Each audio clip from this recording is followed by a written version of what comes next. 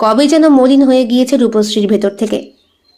এখন ওই র্যাপিডো ভাড়া দিতেও অনেকটা কষ্ট হয় তার।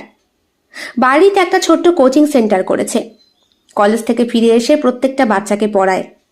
মাসের শেষে ভালোই ইনকাম হয়, কিন্তু শরীরে পড়ে যায় প্রচণ্ড খাটুনি। যার মাথায় সংসারের চাপ আছে তার প্রেম করার চিন্তা থাকে না, কিন্তু আবার দেখা হবে সেই কথাটা এখনো পর্যন্ত মাথায় খেলা করে যাচ্ছে রূপশ্রীর।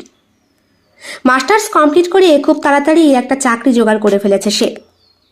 কোথায় এখন সেই র্যাপিডো ড্রাইভার ঋষি, আর কোথায় এখন রূপশ্রী? হয়তো ঋষি বিয়ে থাওয়া করে বাচ্চা কাচ্চার বাবাও হয়ে গিয়েছে। বয়সে বড় ছিল সে অনেকটাই, কাজেই ওইসব ভাবনা চিন্তার এখন সময় নেই। তাড়াতাড়ি বাড়িতে ফিরতে হবে, মায়ের জন্য ওষুধ নিয়ে যেতে হবে। বাবাও রিটায়ার করেছে, ছোট বোনটার সামনে পরীক্ষা, সব নিয়ে মাথায় একটা সংসারের প্রেশার। বাবা বলেছেন জমানো যা পুঁজি আছে তা দিয়ে নাকি বাবা একটা জায়গা কিনবেন, এবং সেইটাই হয়ে থাকবে ওদের দুই বোনের একটা ভবিষ্যতের আশ্রয়। রাস্তার ধারে বাইক দাঁড় করিয়ে ফোনে কথা বলছিল ঋষি। হঠাৎ চোখ আটকে যায় ওই ফুটপাতের দিকে। হাতের ব্যাগ কাঁধে ঝুলিয়ে রূপশ্রী আসছে। গরমে কপালে ঘাম, মুখে হালকা ক্লান্তি। হঠাৎ ঋষির মুখ থেকেই একরকম আর্তনাদ বেরিয়ে আসে, রূপশ্রী! রূপশ্রীর চোখ পড়ে ঋষির দিকে, থমকে যায় মুহূর্তের জন্য। ধীরে ধীরে এগিয়ে আসে, বলে, ঋষি? রূপশ্রী, এতদিন পর? সময় অনেকটাই কেটেছে, কেমন আছো? ভালো আছি, তুমি? এই আছি, অফিস, প্রজেক্ট, রুটিন এইসব নিয়ে দিন কাটছে।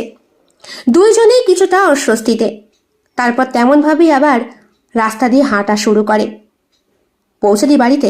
না, হেঁটেই যাব। আজকাল র্যাপিডোর ভাড়াটাও দিতে কষ্ট হয়। কেন, আমার পরেও বুঝি আর কোনো ড্রাইভারকে বুক করেছো? না, বুক করার সাহস হয়নি। মায়ের অপারেশনের পরপর হাঁটা পথেই অনেকটা যাতায়াত করতে শিখে গিয়েছি।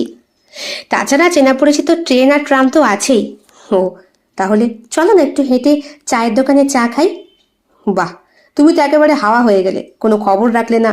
ফোন নেই, আমি কিন্তু ফোন করেছিলাম, তুমি রিসিভ করনি। জানি, আসলে করার সময় পাইনি, সেরকম মন মানসিকতা ছিল না। তোমার বাড়ির খবর কি? আমার বাড়িতে সবাই ভালো আছে, মাও ভালো আছে। যেখানে চাকরি পেয়েছে সেখানে প্রমোশন হয়েছে, এখন আর র্যাপিডো চালাতে হয় না। বাহ, সেটা খুব ভালো খবর।